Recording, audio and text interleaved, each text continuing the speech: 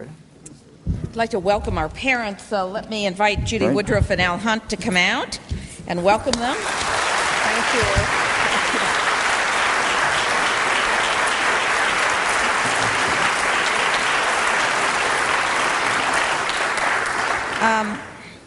Judy Woodruff is currently the senior correspondent and the political editor for PBSs News Hour with Jim Lehrer.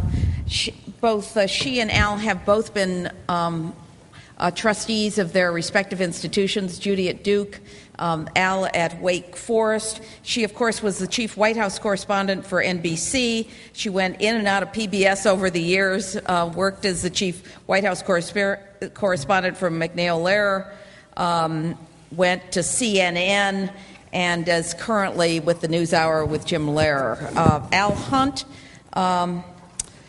is executive editor for Bloomberg after 35 years at the Wall Street Journal, where he was bureau chief, executive Washington editor.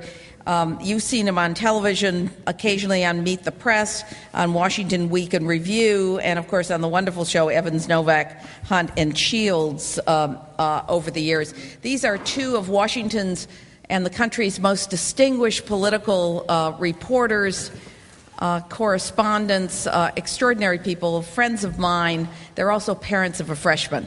So let's please welcome Judy Woodruff and Al Hunt. Thank you, Donna. We are just thrilled, both of us, to be here. We've admired the Hurricanes from afar for a long time. We liked them even more when Donna Shalala took over the University of Miami, and now we're absolutely in love with the Hurricanes. Now that our daughter is here. We're trying to figure out how a hurricane is supposed to act, and so I've started, at least. I'm wearing green today. I'm wearing orange tomorrow to the game to watch them play the University of North Carolina, and it helps that I'm a Duke alum. One other thing that I want to say about President Shalala. John F. Kennedy once said, "Defeat is an orphan while victory has 1,000 fathers." Well, we can update that to say 1,000 parents.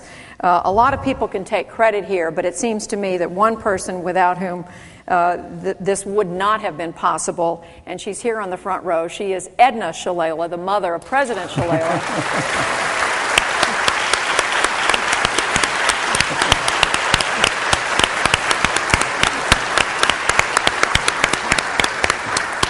If you want to know where Donna gets her spunk and energy, look no further. We're delighted to have you with us, Mrs. Shalala. We meet at a time like no other in American history, not just because this is an historic presidential election, but because we know now, and to be serious, the housing and mortgage markets have been collapsing, banks have been failing. Just yesterday, the country's largest savings and loan went under.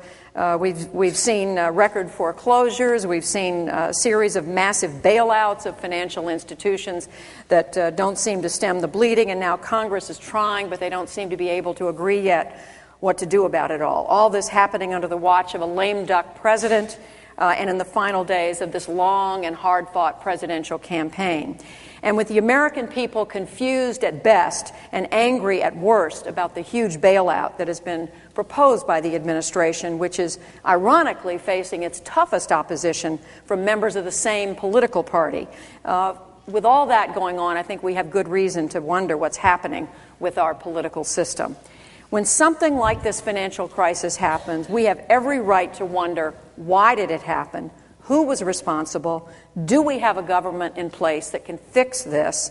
And which candidate for president, and who was going to inherit this 45 days from now, is going to make the wisest decisions to help pull us out of it and make sure it doesn't happen again? I've been covering American politics for more than 30 years, and I can tell you I've never seen anything like this, with the financial meltdown threatening and such a high level of anxiety, all of it in the middle of a presidential election.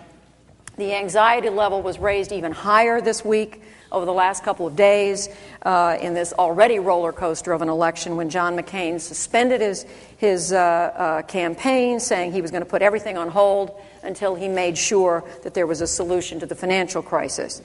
He said he wouldn't participate in tonight's debate unless the crisis was solved. He rushed back to Washington, setting a chain of events in motion that moved negotiations from Capitol Hill to the White House yesterday and then back to the Capitol last night and today. The prospects for a solution have gone from mildly optimistic to dire negative, and now back to possible again. McCain himself has not been directly involved in the negotiations as far as we can tell. Meanwhile, Senator Obama said presidential politics shouldn't be injected into all these critical negotiations, that the candidates should weigh in with their views and support a solution that all sides can live with for the sake of the economy. Senator Obama argued the debate should go on, that in fact there's never been a more important time than now for the candidates to speak to the American people. So, just an hour or so ago, we learned that Senator McCain has changed his mind. He is saying that he will participate in tonight's debate in Oxford, Mississippi, after all. So we are going to get a chance tonight at 9 o'clock to hear from the two candidates, not just on foreign policy, but on the state of the economy as well. I can't tell you what's going to happen tonight. I certainly can't tell you what's going to happen on November the 4th, but I can say that going into this election, the fundamentals were almost all with the Democrats. Well, what do we mean by that? Number one, the historical cycle. Only once in American history, political history, of this modern era, has the party in power in the White House won a third term. And that was 1988. It was George H.W. Bush running for president after the administration of a very popular Ronald Reagan. Normally, it's 2 terms and out. Second fundamental, we have, unlike Ronald Reagan today, a very unpopular president. As everybody knows, George W. Bush's approval ratings are close even now to those of Richard Nixon when he left office in the early 1970s. Fundamental number 3, enthusiasm and energy, has all been on the side of the Democrats until very recently, and I'll mention that in just a second. Huge crowds turning out for Senator Obama around the country. There was one rally in Portland, Oregon, 75,000 people turned out. Record-breaking numbers of volunteers. Now, when John McCain named Sarah Palin right before the Republican convention, he did generate for the first time in his campaign a burst of enthusiasm on the Republican side, and it came late, but it has given the Republicans the kind of boost that his campaign clearly needed. Fourth fundamental, constituencies, and I'll just name 2 of them. Hispanics. They are trending Democratic on a national level. Now, here in the state of Florida, they're much more evenly divided.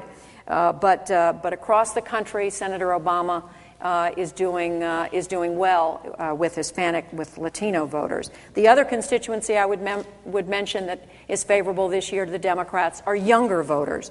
They turned out in the primaries in unprecedented numbers. They have the potential to make a difference in the outcome in November. The fifth fundamental, money.